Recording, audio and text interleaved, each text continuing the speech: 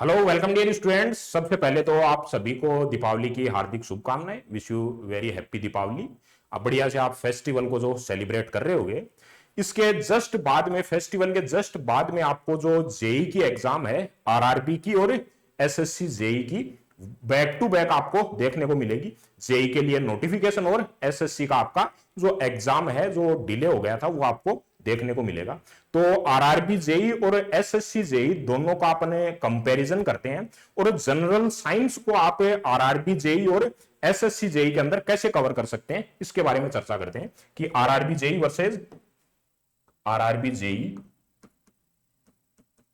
Versus SSC JE. इन दोनों exam के अंदर आपका जो जनरल साइंस का पार्ट है, जनरल साइंस का जो पार्ट है उसके बारे में चर्चा करते हैं। एसएससी जेई का एग्जाम आपका अपकमिंग, जैसे ही आपका फेस्टिवल का कंप्लीट होगा, इसके जस्ट बाद में आपको जो नवंबर के मंथ के अंदर या फिर at the end of November आपको एग्जाम देखने को मिल जाएगा एसएससी जेई का। और आरआरबी जेई का जैसे को आपको पता है कि भाई आपके पास में नोटिफिकेशन जो है अपकमिंग आने वाला है। तो दोनों एग्जाम है, ये मानकर चल सकते हैं कि भाई आपके पास में इन सीरीज के अंदर है। तो सबसे पहले तो मैं बात करता हूं आरआरबी जेई के लिए जो अपना एग्जाम है उसके लिए बात कर रहा हूं जनरल साइंस के पोर्शन की, जनरल साइंस के पोर्शन की। तो यहां पर अपने पास में सीबीटी 1 के अंदर जो आपने को बोला जाता है कि अप टू 10th लेवल, किसके अकॉर्डिंग? एनसीईआरटी के अकॉर्डिंग, एनसीईआरटी के अकॉर्डिंग यहां पर आपको सीबीटी 1 के अंदर फिजिक्स, केमिस्ट्री और बायोलॉजी, ये तीनों पार्ट पूछे जाते हैं। यहां पर ज्यादा वेटेज किन का रहता है? फिजिक्स और केमिस्ट्री यहां पर हाई वेटेज रखते हैं, यहां पर हाई वेटेज रखते हैं, हाई वेटेज रखते हैं। जबकि बायोलॉजी है वो लेस वेटेज रखता है, लेस वेटेज रखता है। अगर यही सीबीटी 2 की बात करें तो सीबीटी 2 के अंदर केवल और केवल आपको फिजिक्स और केमिस्ट्री पूछा जाता है, फिजिक्स और केमिस्ट्री पूछा जाता है। बायोलॉजी वाला पार्ट यहां से एलिमिनेट कर दिया जाता है। तो मान सकते हो कि अगर रेलवे की बात करें तो रेलवे अगर सीबीटी 1 के अंदर भी बायोलॉजी पूछ रहा है तब भी लेस वेटेज के साथ में पूछ रहा है और सीबीटी 2 के अंदर बायोलॉजी के पार्ट को रिमूव कर दे रहा है। यही अगर हम एसएससी जेई की बात करें तो एसएससी जेई के अंदर जो आपका प्री एग्जाम होता है वहीं पर आपको पूछा जाता है सीबीटी 1 के अंदर, सीबीटी 1 के अंदर यहां पर कौन कौन से जनरल साइंस के अंदर? जनरल साइंस में आपको फिजिक्स, केमिस्ट्री और बायोलॉजी। अब अगर एसएससी की बात करें तो एसएससी बायोलॉजी ज्यादा हाई वेटेज के साथ में पूछता है, बायोलॉजी हाई वेटेज के साथ में पूछता है। और फिजिक्स और केमिस्ट्री है वो लगभग इक्वल लेवल, हम बोल सकते हैं कि इक्वल लेवल पर पूछता है, लेकिन बायोलॉजी स्लाइटली हायर लेवल पर पूछा जाता है, हाई वेटेज के साथ में भी और हाई लेवल के साथ में। कंपेरेटिव अगर हम कंपैरिजन करें रेलवे के कंपेयर के अंदर बायोलॉजी जो है एसएससी जेई के अंदर लगभग ऐसे 11th और 12th का जो क्वेश्चन है वो भी पुट कर दिए जाते हैं अगर हम बात करें एसएससी जेई के लिए। तो अगर आप इसको ऑब्जर्व करोगे तो एक के अंदर फिजिक्स और केमिस्ट्री हाई वेटेज के साथ में पूछा जा रहा है, दूसरे वाले के अंदर बायोलॉजी है वो ज्यादा वेटेज के साथ में पूछा जा रहा है। तो आप प्रिपरेशन करने जाओगे तो आपको फिजिक्स केमिस्ट्री अगर प्रिपेयर करोगे, अगर फिजिक्स और केमिस्ट्री प्रिपेयर करोगे तब वो रेलवे के लिए प्रिपेयर होगी, इसको अगर हाई वेटेज के साथ में प्रिपेयर करते हो। और बायोलॉजी को अगर प्रिपेयर करोगे तब वो एसएससी जेई के लिए। तो इंडिविजुअली अगर हम बोले तो सबको आपको इक्वल लेवल पर प्रिपेयर करके चलना है। इसका बेनिफिट आपको क्या मिलेगा कि भाई बायोलॉजी है वो आपको एसएससी जेई में ज्यादा पूछा जा रहा है तो यहां पर आपको बेनिफिट मिल जाएगा। फिजिक्स और केमिस्ट्री है वो रेलवे के अंदर हाई वेटेज के साथ में, और सीबीटी 2 तो केवल और केवल है ही फिजिक्स और केमिस्ट्री, तो यहां पर फिजिक्स केमिस्ट्री का बेनिफिट आपको जो अपना आरआरबी है इसके अंदर भी जेई के अंदर मिल जाएगा। और बायोलॉजी है वो लेस वेटेज के साथ में पूछा जा रहा है तो यहां पर आपने बढ़िया प्रिपेयर कर लिया तो आपको सीबीटी 1 के अंदर जो 5 या 6 क्वेश्चन भी पुट किए जाते हैं तो वहां पर भी दिक्कत नहीं आनी है। तो इनको इक्वल लेवल पर आपको जो है लेकर के चलना है, जिससे आपको जो है आरआरबी जेई और एसएससी जेई दोनों के अंदर ही आपको सहूलियत रहेगी, दोनों के अंदर आपको कोई भी दिक्कत नहीं आएगी। इसके साथ में जो अपना कोर्स है जो आरआरबी जेई का और एएलपी दोनों कंबाइंड, और यही जो आपका सेम है जो एसएससी जेई के लिए भी इक्वली इंपॉर्टेंट आप मानकर चल सकते हो। फिर ये हम बोलेंगे आरआरबी एएलपी के लिए, आरआरबी जेई के लिए और एसएससी जेई के लिए।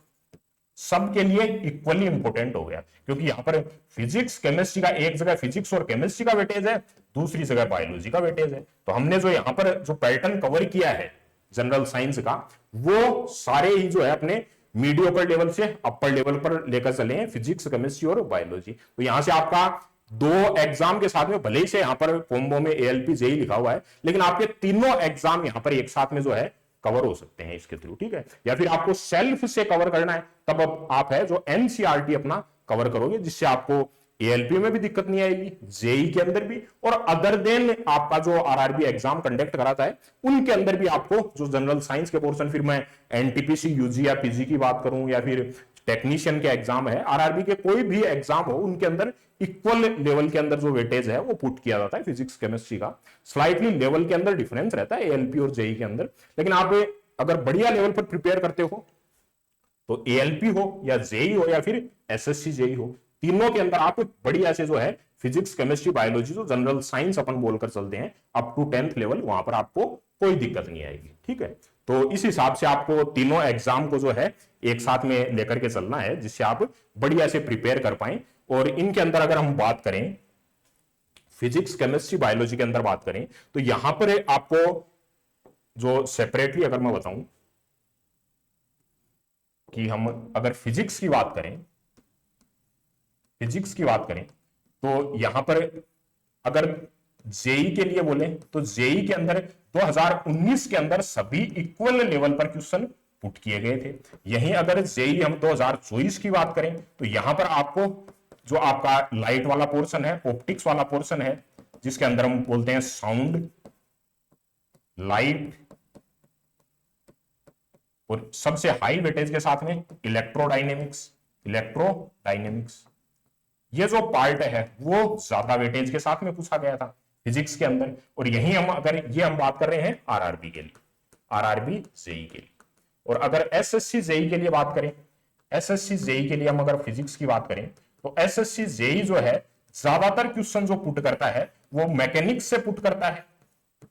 और आपका जो जनरल आपको मैकेनिकल के अंदर जो अपना पार्ट है, चाहे वो हीट का पार्ट हो, चाहे वो मैकेनिक्स हो, चाहे वो थर्मोडायनेमिक्स हो, चाहे वो हीट का पार्ट हो, ये सभी जो आपके पार्ट हैं यूनिट मेजरमेंट से भी क्वेश्चन है एसएससी ज्यादा कंपैरेटिवली पुट करता है। तो यहां पर आपको जो है हाफ पार्ट यहां पर कवर करना है, ये वाला पार्ट कवर करना है। तो एक हिसाब से आप मान सकते हो कि दोनों एग्जाम के लिए कवर कर रहे हो तो आपको 100% जो फिजिक्स का पार्ट है उसको कवर करके ही चलना पड़ेगा, तभी आपको एसएससी जेई वाला भी बढ़िया हो पाएगा और आरआरबी जेई वाला भी बढ़िया हो पाएगा। इसी के साथ में अगर केमिस्ट्री की बात करें, अगर यही केमिस्ट्री की बात करें तो केमिस्ट्री के अंदर आपको जो है सबसे हायर इंपोर्टेंस के साथ में जो केमिकल रिएक्शन है, केमिकल रिएक्शन वाला जो पार्ट था, ऑक्सीडेशन रिडक्शन है, वहां से ज्यादा क्वेश्चन पुट करता है आरआरबी। इसी के साथ में मेटल नॉन मेटल वाला जो पार्ट है, मेटल नॉन मेटल जो है वहां से क्वेश्चन जो है आपको पुट किए जाते हैं। और एसएससी जेई की अगर बात करें, एसएससी जेई की अगर बात करें केमिस्ट्री की, तो ये आपको डेली लाइफ केमिस्ट्री से भी क्वेश्चन पुट करता है। डेली लाइफ केमिस्ट्री से भी क्वेश्चन पुट करता है, डेली लाइफ केमिस्ट्री। यहां से भी आपको ड्रग्स वगैरह से क्वेश्चन पुट किए जाते हैं। तो इसके साथ में आपको जो एडिशनल है केमिस्ट्री का पार्ट है उसको भी आपको एसएससी जेई के लिए लेकर चलना पड़ेगा। और यहीं अगर हम बायोलॉजी की बात करें, यहीं पर अगर हम बायोलॉजी की बात करें तो बायोलॉजी के अंदर जो पार्ट है वो लगभग इक्वल मानकर चल सकते हो आप। जो बायोलॉजिकल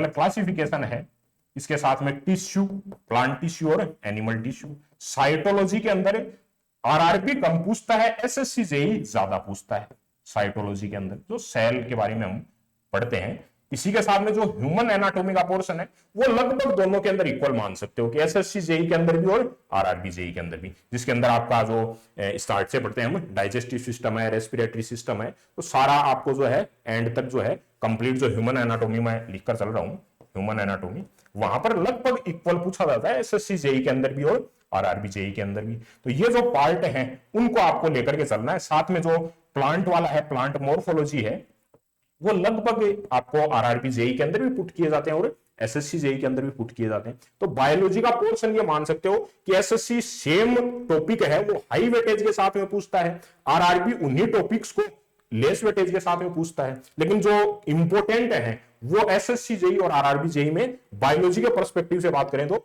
लगभग सेम हम मानकर चल सकते हैं, जिनसे क्वेश्चन है वो फ्रीक्वेंट पुट किया जाता है। और ह्यूमन एनाटॉमी जो क्वेश्चन है वो लगभग एसएससी जेई भी कंपैरेटिवली उतना ज्यादा नहीं पूछता है। आरआरबी भी लगभग क्वेश्चन है इक्वल लेवल पूछ लेता है, या फिर ज्यादा क्वेश्चन है जो बायोलॉजिकल क्लासिफिकेशन टिश्यू वाला टॉपिक है, प्लांट टिश्यू, एनिमल टिश्यू, इन सब के बारे में क्वेश्चन है वो ज्यादा फ्रीक्वेंटली पुट किए जाते हैं। तो बायोलॉजी का सेम एसएससी जेई के अंदर और आरआरबी जेई के अंदर, केमिस्ट्री का आपको स्लाइटली जो है हल्का सा, बहुत बल्क डिफरेंस नहीं मिलेगा।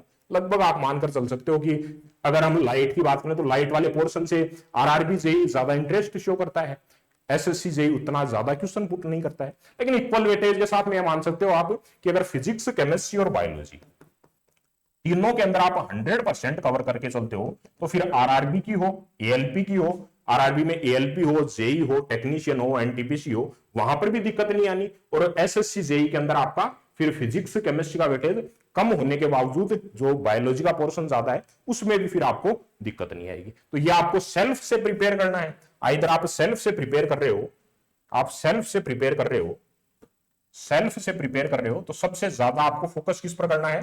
एनसीईआरटी से। एनसीईआरटी दोनों के केस के अंदर ही, एसएससी जेई के अंदर भी और आरआरबी जेई के अंदर, दोनों के लिए एनसीईआरटी से ही पुट करता है क्वेश्चन डायरेक्ट, ठीक है। और एनसीईआरटी के अकॉर्डिंग ही मैंने आपको पहले भी जैसे डिस्प्ले किया कि एनसीईआरटी के अकॉर्डिंग ही अपना जो है पूरा, जो यहां पर आपको कॉम्बो के अंदर जो लिखा हुआ है एएलपी जेई, लेकिन एसएससी जेई का भी पूरा मैटर है अपना, इसके अंदर जनरल साइंस का कवर्ड है। तो इक्वल ये मानकर चलो आप जनरल साइंस यहां पर कवर करते हो तो एसएससी जेई में भी आपका इक्वली कवर होगा यहां पर। तो आप आइदर एनसीईआरटी से खुद से प्रिपेयर करेंगे या फिर आप यहां पर कोर्स के थ्रू कंप्लीट कर सकते हैं। तो आपको अभी अगर एसएससी जेई की अपकमिंग एग्जाम है जो आपकी होने वाली है, यहां पर काम में आएगा। और इसके बाद में आपका जो आरआरबी जेई के अंदर नेक्स्ट जो है एसएससी जेई के अंदर भी यहां पर ये यूटिलाइजेशन हो जाएगा, और उसके बाद में आरआरबी जेई के अंदर भी यूटिलाइजेशन हो जाएगा। तो जनरल साइंस का पार्ट है, खुद से प्रिपेयर कर रहे हो एनसीईआरटी से करो, अदरवाइज एनसीईआरटी बेस्ड आपका जो कोर्स है जनरल साइंस पूरा NCERT based, NCERT based, NCERT based, ठीक है। तो आपको कंप्लीट वीडियोज हैं वो आप जो अवेलेबल हैं यहाँ पर, कंप्लीट वीडियो, ठीक है, कंप्लीट आप जो वीडियोज हैं वो अवेलेबल है यहाँ पर आपको अपने कोर्स के अंदर, ठीक है, जिसके अंदर फिजिक्स, केमिस्ट्री और बायोलॉजी तीनों पैटर्न है, आपको तीनों सब्जेक्ट है उनको कवर किया गया है, ठीक है।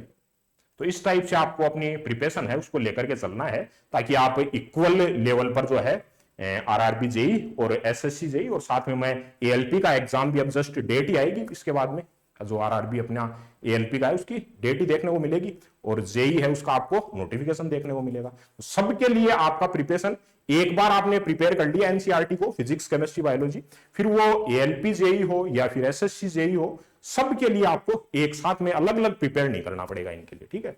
तो आइदर कोर्स से करें या फिर अपना सेल्फ प्रिपेयर करें, जो भी आपको कंफर्ट हो उसके अकॉर्डिंग, ठीक है। एंड अगेन आपको जो है सभी को दीपावली की हार्दिक शुभकामनाएं, ठीक है। Okay, thank you dear.